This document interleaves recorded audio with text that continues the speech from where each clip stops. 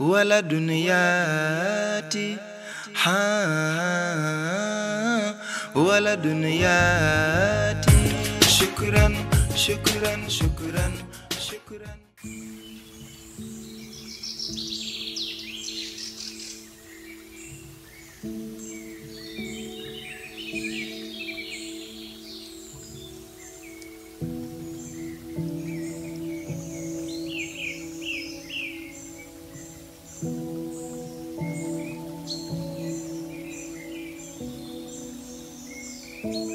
La réincarnation en islam diffère de celle du bouddhisme.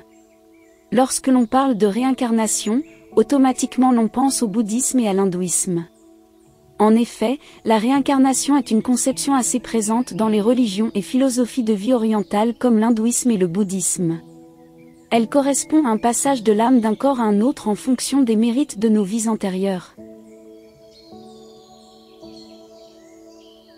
Dans la philosophie bouddhiste, la réincarnation constitue un principe de continuité de la vie du défunt après la mort. Ce prolongement de la vie et la réalisation du cycle karmique dépend, selon les bouddhistes, des actions entreprises par le défunt au cours de sa vie.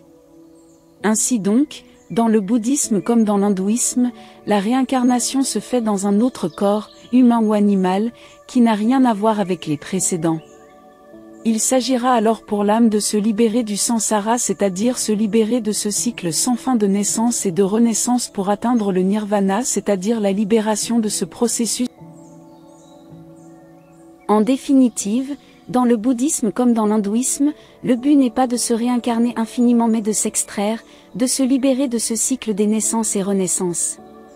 La réincarnation signifie dès lors, dans le monde oriental, prolongation de la souffrance.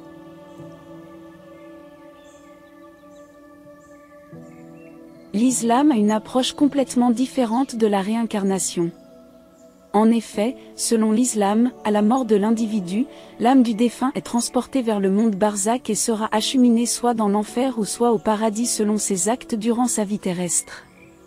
Tous les êtres humains suivent ce même processus excepté une minorité d'âmes pour qui Dieu a décrété une toute autre organisation. Pour cette minorité d'âmes, Dieu peut exceptionnellement décider de les ramener à Alamul Arwa au lieu de les laisser rejoindre le monde barzakh après leur mort. Dans ce cas précis, on peut parler de réincarnation. C'est quoi Alamul Arwa? Rappelez-vous, Dieu a conçu les âmes et les a regroupées dans un endroit nommé Alamul Arwa. C'est dans ce lieu qu'il leur a posé la question, Alastu bi Rabbikum, ne suis-je pas votre Seigneur? Sourate 7 verset 172. Les créatures signèrent ensemble le pacte en répondant par Bala bien sûr. Ensuite, Dieu les fit descendre une à une sur terre pour celles qui doivent naître. La majorité des âmes que Dieu a fait descendre sur terre suivent le processus normal de la vie. C'est-à-dire naître dans un milieu donné à une époque donnée et au terme de cette vie, Dieu envoie l'ange de la mort retirer leur âme qui sera alors acheminée au monde barzakh. Dans le cas d'une réincarnation, la procédure est tout autre, en effet, au moment où la personne meurt, l'ange récupère l'âme, mais contre toute attente, il ne l'enregistre pas sur la liste des gens de l'au-delà, barzakh, mais plutôt sur celle de ceux qu'on renvoie à Alamul Arwa. Les âmes qui doivent se réincarner mènent d'abord une existence normale pendant une époque déterminée, mais leur particularité réside dans le fait qu'après leur décès, l'ange de la mort ramène leur âme à Alamul Arwa au lieu de les laisser rejoindre le monde barzakh. Si l'ange procède ainsi, c'est parce qu'il arrivera une époque où Dieu fera renaître cette personne sur terre. C'est la raison pour laquelle il existe des hommes et des femmes qui sont nés 2 ou 3 fois à des époques différentes, dans des communautés différentes, des continents différents et pourtant il s'agit de la même et unique âme. C'est un phénomène que beaucoup de musulmans n'arriveront pas à comprendre tant le concept de réincarnation fait penser au bouddhisme et à l'hindouisme. Mais contrairement au bouddhisme, dans l'islam, l'âme ne peut pas suivre le processus de réincarnation indéfiniment. En effet, dès que le nombre de réincarnations décrétées par Dieu est atteint, l'âme finira par rejoindre le monde barzakh et ne réincarnera plus. tandis que dans le bouddhisme, le cycle de réincarnation est indéfini.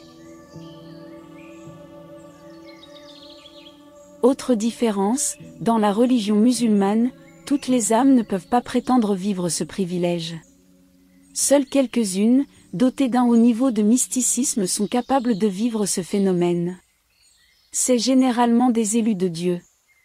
Dans ce cas, la réincarnation relève du domaine du mystique pour une minorité d'âmes choisies. La réincarnation est donc une réalité et ne soyez pas étonnés lorsqu'un élu d'Allah déclare qu'il a vécu à l'époque du prophète ou à l'époque du grand pôle secoureur. Demandez-lui plutôt qui il était et acceptez-le comme tel car Allah a octroyé un pouvoir certain à ses awliya.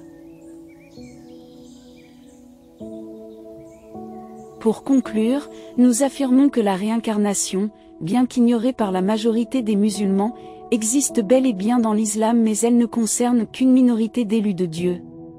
Cette vidéo est tirée des enseignements de l'imam al-Mahdi Sidi Mohamed el-Sheikh.